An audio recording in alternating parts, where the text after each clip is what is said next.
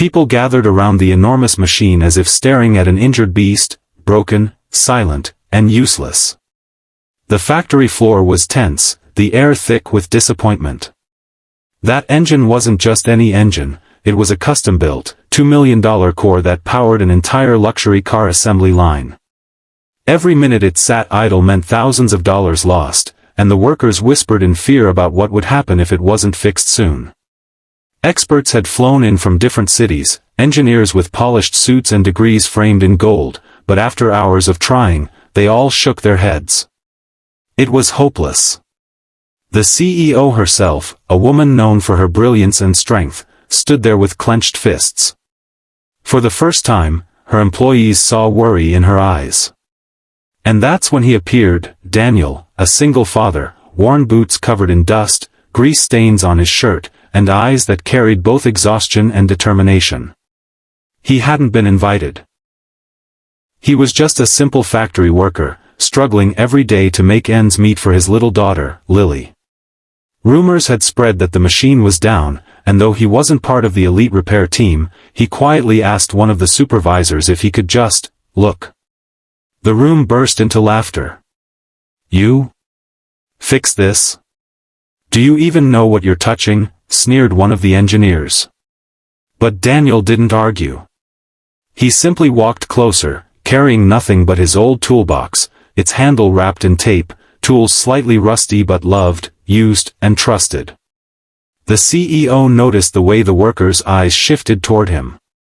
For a moment, she wanted to send him away. After all, if world-class engineers couldn't fix it, how could this man? But something in his gaze stopped her. There was no arrogance, no ego, just quiet confidence. "Let him try," she said softly, silencing the murmurs. Daniel approached the massive engine. His rough hands moved like they were meeting an old friend. He pressed his ear against the metal, tapped it in a few places, and closed his eyes. It was as though he wasn't just fixing a machine, he was listening to its heartbeat. The room grew still. With each turn of his wrench, sparks of hope flickered among the workers. Then, after only a few minutes of adjustment, tightening, and one deep breath, Daniel turned the switch. The engine roared to life. The floor shook. The lights above hummed with power. The massive machine purred like a sleeping lion awakened. For a heartbeat, the factory was silent in shock, and then it erupted into cheers. Men clapped each other on the back, women covered their mouths in disbelief, and the engineers stood frozen, unable to comprehend what had just happened. The CEO's eyes widened as she stared at the man who had done in minutes what experts had failed to do all day. But the most stunning moment wasn't the roar of the machine, it was what the CEO did next. She walked directly to Daniel, ignoring the crowd, and extended her hand. "From this moment on, you are no longer just a worker in this factory," she said, her voice echoing. "You are my chief engineer. And your salary will match the value of your talent."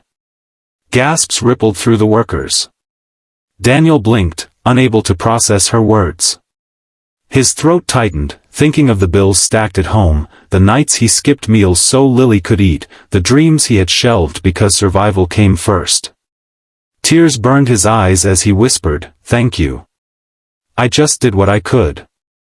That night, Daniel returned home to his tiny apartment. His daughter, with her hair tied in little pigtails, ran into his arms. He lifted her high, laughing through tears. "Daddy got a new job," he told her, voice trembling with joy. "Things are going to change." And for the first time in years, the weight pressing on his shoulders felt lighter. The story of Daniel spread through the factory like wildfire. Workers whispered about how a struggling single dad had saved the company's $1 million engine, not with expensive equipment or prestigious titles, but with heart, experience, and a refusal to give up. The CEO, known for her toughness, showed a softer side too, visiting Daniel personally weeks later, learning about his struggles, and ensuring his daughter's education was fully sponsored. People often think miracles come in golden packages, wrapped with fame and wealth.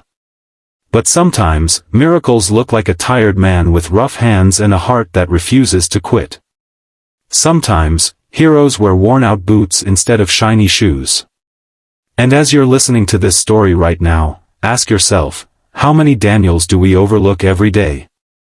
How many people carry hidden brilliance inside them, waiting only for a chance to shine?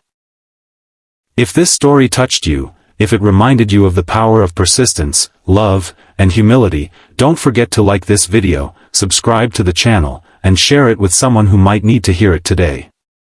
Because somewhere out there, another single parent, another fighter, is waiting for their moment.